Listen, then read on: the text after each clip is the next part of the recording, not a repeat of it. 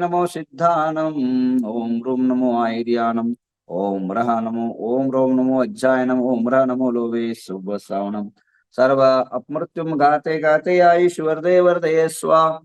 ओम ह्रीं नमो अर्यन्तानं सिद्धानं सूर्यनम उज्जायनं साहूनम मम रिद्धि वृद्धि समाहितं कुरु कुरु स्वाम। ओम ह्रीं नमो अर्यन्तानं सिद्धानं सूर्यनम उज्जायनं साहूनम मम रिद्धि वृद्धि समाहितं कुरु कुरु स्वाहा। आइए कुछ बातें आपके लिए बताते हैं। आप सभी के जीवन में एक समृद्धि हो। जीवन एक काल चक्र है। काल चक्र के अंदर नाना प्रकार की समस्याएं निर्माण होती और मनुष्य के जीवन में नाना प्रकार की समस्या का संघर्ष करना पड़ता है। कहीं ईर्ष्या, झगड़ा, लड़ाई, विवाद, विसंवाद और काम में देरी, नाना प्रकार की जो है रुकावटें, नाना प्रकार के शत्रु, दुश्मन, मित्र, नाना प्रकार के लोगों से धोखाधड़ी, नाना प्रकार की समस्या को झेलना। और उस नाना प्रकार की समस्या में झेलते समय मनुष्य जो है सफल होवे, यह बहुत महत्व की है। अगर मनुष्य सफल नहीं हो पाता है, मनुष्य जो है यशस्वी नहीं हो पाता है तो अर्थ नहीं। और मनुष्य को यशस्वी होने के लिए रविवार के दिन भगवान पद्म प्रभु का शांतिधारा और अभिषेक जरूर करिए और जरूर देखिए। एक सूचना। दूसरी बात, मैं आज रविवार आपको सूचना देकर के मुद्रा के बारे में बाद में बताऊंगा। अभी आप सभी से, आप लोगों की सभी की आशा रहती है मनुष्य मात्र की, कि सभी के बच्चे जो है अपने पैर पर खड़े हो जाए और एजुकेशन पूर्ण। एजुकेशन के लिए बहुत इंपॉर्टेंट आज हमारी जैन समाज देता है। पूरा भारत धर्म में साक्षात रूप में जो है, अगर कोई समाज जानी जाती है, सम 100% साक्षात रूप से कोई अगर 8वीं पढ़ा हो, 10वीं पढ़ा पढ़ा तो है ही, बिना पढ़ाई ऐसा कोई भी परिवार नहीं है हमारे जैन समाज में। हमें गौरव की बात है, हमें गर्व करना चाहिए। हमारे समाज साक्षर समाज है। बट साक्षर होने के बाद अक्षर विद्या से साक्षर है, परंतु धार्मिक विद्या से कई परिवार, कई बच्चे अभी भी वंचित है। पहले जमाने में गुरुकुल की पद्धति सिस्टम चलता था, बट वह सब समाप्त हो गया। अब पाठशालाएं चलते थे। अब होता क्या है, मैंने अपनी 40-50 साल की जीवन में देखा, बिगिनिंग में बच्चों को पाठशाला भेजा जाता था और 50-100 लोग खड़े हो जाते थे, आ जाते थे बच्चे। फिर धीरे धीरे कम होते, परीक्षा वो ये करके बाद में 10-15 रहता है। वो फिर वो टीचर को देने की सैलरी नहीं मिलती है और सिस्टम नहीं जमता है। फिर ऐसा अस्त व्यस्त होकर कई पाठशालाएं बंद होगी। तो ये समस्याएं हमारे सामने है। तो हमने सोचा क्यों नहीं महीने में, हफ्ते में एक बार तो हमारे बच्चे हमारे साथ रहेंगे। और डिजिटल है, दुनिया भर के कहीं भी, कहीं किसी कोने में बैठ करके अपने स्टडी, अपने को ज्ञान दे सकते हैं। बहुत सारे आयाम हैं आज के टेक्निकल युग में।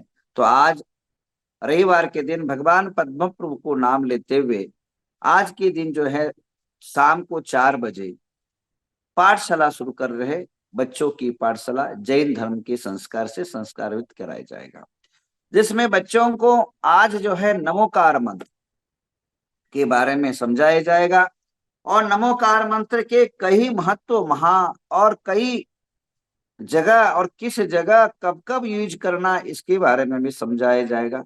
नमोकार मंत्र मनुष्य के जीवन में कितना कारगर सिद्ध होता है, ये उदाहरण और एग्जाम्पल के साथ समझाया जाएगा। अभी जो है इस प्रकार के धार्मिक संस्कार से संस्कारित बच्चा होगा तो निश्चित रूपे ना आपकी भवितव्य और आपका कुल दीपक से आपका जीवन रोशन होगा। और धार्मिक संस्कार से रहित अगर बच्चा जीता है तो निश्चित रूपे ना वह व्यसनाधीन या नास्तिक या बह जाएगा अपने अनेकों प्रकार के चकाचौंध की दुनिया में। तो उनको बचाने के लिए एकमात्र साधन है धर्म के संस्कार। और धर्म के संस्कार के पहले के जमाने से जो लोग रहते, देखिए अभी तक निर्व्यसनी है और घर परिवार को संभाल के चल रहे हैं। अभी कुछ ही पिछले महीने ही एक बहुत बड़े अब्जोपति नहीं खरबोपति का देहांत हुआ। आप सभी को पता है, बहुत बड़े कंपनी का मालिक था, फिर एक जेल में जाना पड़ा, फिर वापस बाहर आए और उसके बाद वे कैंसर से पीड़ित हो गए और मर गए। मरने का परिणाम ये हुआ कि अब उनके दो बच्चे थे विदेशों में, पैसा ज्यादा होने के विदेश में पढ़ाई में भेजा, वही सेटल हो गए। मरने के बाद एक अग्नि संस्कार के लिए भी नहीं आए लोग, न पत्नी आई न बच्चा आया। ये हाल है हमारी दुनिया का। हमारे यहाँ अभी वो नाम लेता हूं, शंकरानंद, एक बहुत बड़े 7 बार एमपी रहे और मिनिस्टर रहे के इंदिरा गांधी से लेकर के नरसिंह राव तक कंटिन्यू मिनिस्टर रहे शंकरानंद, जो एक कभी अपने जीवन में रिक्शा चला करके अपनी जिंदगी निर्वाह करते थे। और हमारी जैन समाज के पास बहुत ही अति निकट संबंध रखने वाले शंकरानंद पेट्रोल मिनिस्टर रहे, अनेकों, मेरे को भी पता नहीं कितने मिनिस्टर रहे। जब तक वो मिनिस्टर रहे तब तक दुनिया उनकी पूजी जाती थी, उनके अनेकों जो है लोग उनके साथ रहे। बट जब वे अपनी सत्ता से हट गए, जब उनकी पत्नी मरी, बच्चे सारे जो है बेंगलोर और जगह शिफ्ट हो गए थे, परंतु उनको कोई खाना खिलाने वाला नहीं था। ये मानवीयता संस्कार से रहित होने के कारण ये हो जाता।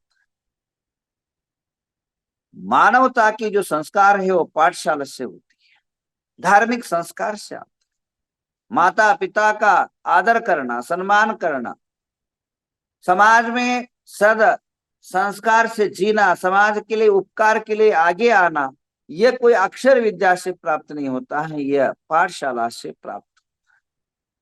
तो बच्चों को मैं कहूंगा, वो शंकरानंद जब वह अपनी पत्नी गुजरने के बाद होटल से खाना मंगा के खाना पड़ा, और जब वे अंत गति श्वासोश्वास ले रहे थे, अंतिम श्वास ले रहे थे, पास में न बेटा था न समाज था, अकेले इस दुनिया से विदा हो गए। और कई दिन तो बॉडी जो है हॉस्पिटल में पड़ी रही, कोई लेने वाला नहीं था, उसको कोई बिल भरने वाला नहीं था, कोई बिल चुकाने वाला नहीं था। मुख्यमंत्री जैसा पोस्ट में रहे हुए ऐसे लोगों का ये बेहाल हो रहा है। कारण बच्चों को आप संपत्तिवान जब रहते हो, नामवंत जब रहते हो, कीर्तिवान जब रहते हो, बुद्धिमान जब रहते हो, तो बच्चों की तरफ ध्यान नहीं देते हो, अपने अहंकार में जीते हो, अपने ही बिजनेस में बिजी हो जाते हो, बच्चों पर संस्कार नहीं कर पाते, जिसका नतीजा आपको ही भुगतना पड़ता है। ध्यान रखिए, शंकरानंद जब मरे, हॉस्पिटल में बिल जो है कोई भरने वाला नहीं था, और जब अग्नि संस्कार हुआ उनको कोई कंधा देने वाला नहीं था। यह परिस्थिति हमारी भारतीय संस्कृति की है। यह संस्कार रहित, यह मानवता का विकृति देखा जाता है। तो अगर अपने आप को, बच्चों को अगर सदृढ़ करना है, सद्वान बनाना है, सन्मार्गी बनाना है, और अपने जीवन को, आपकी कुल दीपक को अगर आगे बढ़ाना है, तो बच्चों की पाठशाला में केवल 1 घंटा मेरे साथ जीने के लिए दीजिए। और यहाँ आने की जरूरत नहीं, यहाँ लाने की जरूरत नहीं, आप जहां हैं वहीं रहिए। दुनिया के किसी, इंडिया के या अमेरिका के या कहीं भी किसी भी कोने में रहे, और ऑनलाइन पाठशाला ये होगी। और आज जो है इसका शुभारंभ पारस चैनल के अंदर लाइव रहेगा, पूरा लाइव रहेगा। और मैं कोशिश करूंगा हर रविवार का पाठशाला ऑनलाइन पारस चैनल पर लाइव रहे, जूम पर लाइव रहे, यूट्यूब पर लाइव रहे। जो बच्चे जो जूम जुड़ना नहीं चाहते या उनके पास कोई साधन नहीं है, तो टीवी के माध्यम से भी वे इस संस्कार को प्राप्त हो। और मैं हर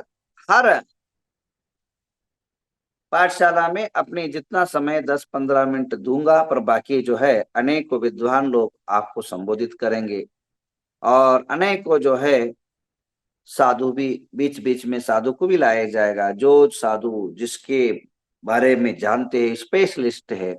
बच्चे थोड़े संस्कारवंत हो जाएंगे, थोड़ी जानकारी उनको मिल जाएगी, तो बड़े बड़े आचार्यों को भी आपको उसके माध्यम से आपको संस्कार कराया जाएगा। जो साधु जिस वस्तु को जानते हैं, जो साधु जिस तत्व को जानते हैं, विशेष थे उसमें पीएचडी किए हुए ऐसे तत्वज्ञ साधुओं को भी जो है आपके बच्चों को सद्बोधन कराया जाएगा, आशीर्वाद दिलाया जाएगा, संस्कार से संस्कारित कराया जाएगा। तो आइए अपने बच्चों को जो है घर में ही रख करके धार्मिक संस्कार आज 4 बजे से शुरू करते हैं। अब जिन्होंने भी अभी तक अपने बच्चों का नाम नोंदनी नहीं किया, वे जरूर कराएं, क्योंकि हम ऑनलाइन उनके मोबाइल पर ये भेजना पड़ेगा, क्वेश्चन भेजना पड़ेंगे, क्वेश्चन आंसर चलेगा, प्रश्न होंगे, उत्तर होंगे, आमने सामने जो है बच्चों का प्रश्न पूछा जाएगा। इस संडे का प्रश्न अगले साल में उनको देना पड़ेगा, होमवर्क दिया जाएगा, हफ्ता भर का उनको एक 10-15 मिनट काम करने के लिए होमवर्क दिया जाएगा, और कुछ याद करने के लिए कुछ वस्तु दी जाएगी। तो ये सब चीजें जो है तभी संभव है जब वो उनका रजिस्टर हो। तो आप सभी से आत्मीय निवेदन करना चाहूंगा दोबारा बार बार कि आज भूले नहीं, ये फॉर्म है, देखिए इसमें क्लिक करिए, फॉर्म ओपन हो जाएगा। इस फॉर्म को तुरंत भर करके भेज दीजिए। जिन्होंने भी नहीं भेजा, आपको कोई चार्ज नहीं, हाँ, और कोई बहुत ज्यादा टाइम नहीं, डेली उसके साथ जीना नहीं। अरे हफ्ता में एक बार अगर गुरु का अगर आशीर्वाद मिल जाता है अपने बच्चों को, वो भी संडे के दिन, स्कूल कॉलेज छुट्टी, अरे ट्यूशन को टाइम बदल दो, बहुत ट्यूशन तो दिन भर चलता रहता है, टेंशन हमेशा बच्चों को देते हो। थोड़ा सा हम धार्मिक जो है प्रसन्नता का आशीर्वाद दिलाएंगे बच्चों को, थोड़ा सा आप ये करिए, और इससे बड़ा लाभ आपको होगा। आपके बच्चे जो है संस्कारवंत होंगे और विचारवंत होंगे, आपके ही लिए काम आएंगे। अगर आपके अंत समय में कोई नहीं मिला, बच्चा एक दो नमोकार मंत्र तो सुना देगा, दो धर्म की बातें तो सुना देगा। जब कोई समस्या घर में आएगा तो सिद्धांत पुराण प्रथमानुयोग करणानुयोग पढ़ेगा, तो उसको अपने जीवन के अंदर आत्महत्या की करने के जैसी भावना तो नहीं उत्पन्न होगी। तो ये सारे जो है मानवता की जो मानव, आज बच्चा को पता नहीं पड़ता कि हम कैसे नमस्कार करें, बच्चों को ये नहीं पता पड़ता है कि बड़ों की कैसे विनय करें। ये सब सदाचार, मानवीयता और धार्मिकता की पाठे जो है इस पाठशाला में पढ़ाया जाएगा। तो आप सभी से जितने भी मेरे को सुन रहे हैं, उनके पास बच्चे हैं, तो जरूर जो है पाठशाला में आज से भेजिए। 2 प्रकार के बच्चे, छोटे बच्चों का अलग होगा, बड़े बच्चों का अलग होगा। तो दो दो जो है ये आज तो सबका सामूहिक होगा, उसके बाद देखा जाएगा कितने छोटे बच्चे आए, कितने। तो छोटे बच्चों का टाइम अलग रहेगा, बड़े बच्चों का टाइम अलग रहेगा, उम्र के अनुसार आज ये कर देंगे। तो आज सारे लोग नमोकार मंत्र तो सभी को बोलना आता है, छोटा बच्चा हो बड़ा बच्चा हो, नमोकार मंत्र की मंगलाचरण स्वरूप आज की कार्य शुरू होगी। और आइए, तो आप सभी जो है, मैं चाहूंगा आप सभी जो है इन बच्चों के लिए आगे आए संस्कार कराने के लिए। तो अपना नाम आज ही फॉर्म भर करके रजिस्टर कराए, एक कोई चार्ज नहीं, कुछ नहीं, केवल आपका धार्मिक संस्कार हो, यही चार्ज है। दूसरी बात, आज महत्व की बात है, आज बहुत महत्व की बात है बंधु। जितने भी दिल्ली आदि से उत्तर प्रदेशी लोग हैं, वे जरूर जो है आज अपने घर को त्याग करके, अपनी सुख सुविधा को थोड़ा सा त्याग करके उस महा आंदोलन में आज जरूर शामिल हो। 11 बजे जो है रामलीला मंदिर दिल्ली के अंदर पहुंचे, और पहुंच करके उस परमात्मा को स्मरण करते हुए हमारे पर जो अन्याय हो रहा है, जो हजारों साल की संस्कृति हमने बचा के रखी है, आज हमसे हाथ से जा रही है, और हजारों साल तक हमें जो है इससे वंचित रखा जाएगा। तो आज ही अगर जाग जाएंगे, आज ही अगर जागृत हो जाएंगे, तो हजारों साल तक जिन शासन सदा जो है जयवंत रहेगा, और जिन क्षेत्र और तीर्थ जो है जयवंत रहेंगे। अन्यथा हमारे आंखों के सामने हम तीर्थ की रक्षा नहीं कर पाएंगे, तो हमें हमेशा जो है दिल दिमाग में कोसता जाएगा कि हम तीर्थों को बचा नहीं पाए, तीर्थों को बचा नहीं पाए। नए तीर्थ होंगे और खत्म होंगे, परंतु जो जो क्षेत्र हमारे हाथों से नहीं बन सकता है, जो हमारे सामने से हमारे चतुर्थ काल समय नहीं आ सकता, पर चतुर्थ काल में जिस परमात्मा ने मोक्ष गया उसको अगर हम बचा नहीं पाए तो हम हमारा जन्म लेना, ये हमारा जीना व्यर्थ है बंधु। जिससे हमें अपने हाथों से अपनी आंखों के सामने अपने क्षेत्र को मट्टी मलित होते हुए न देखिए। और ऐसे कई क्षेत्र है, चाहे पालीताना हो, चाहे गिरनार हो, चाहे और बहुत से उदयगिरी हो, खंडगिरी हो, खंड खंडित हो रहे हैं सारे क्षेत्र, आक्रमणित हो रहे हैं और सारे हाँ जो है हावी हो रहा है। तो हम सरकार से दरखास्त करेंगे, सरकार से अनुमो अनु ये क्या बोलते हैं, नम्रता से, अनुनय विनयता से निवेदन करना चाहेंगे आंदोलन के रूप से कि गवर्नमेंट थोड़ा सा हम पर थोड़ा सा दृष्टिक्षेप करे और हम पर होने वाले अन्याय को रोके और हमारे पर होने वाली जो क्रूरता है उस पर कंट्रोल करे और हमें केवल पूजा पाठ अर्चन साधना का समय प्रदान जरूर करे। यही हमार सबकी भावना है, यही हमारी आशा है। और आप सभी से अपेक्षित है कि आप सभी लोग, जो लोग रामलीला मैदान नहीं पहुंच पाए, वे जो अपने अपने गांवों में अपने अपने इसमें जरूर जो है निवेदन गवर्नमेंट प्रधानमंत्री जी को, राष्ट्रपति जी को और गुजरात के सरकार को लेटर जरूर लिखिए। अगर आप सोचिए, थोड़ा सा कल्पना करिए आंखें बंद करके, अगर आपका कोई दुकान है या मकान पर कोई कब्जा करने लग जाए तो क्या आप चुप बैठेंगे या शांत बैठेंगे? तो क्या आप जो जाने दो भैया, चुपचाप जो होता है होने दो, अपने क्या करना है, आप चले जाओगे, रोड पर आ जाओगे? नहीं ना। तो ये आपके तीर्थंकर नहीं है, ये 22वें तीर्थंकर आपके नहीं है और किसी के है क्या?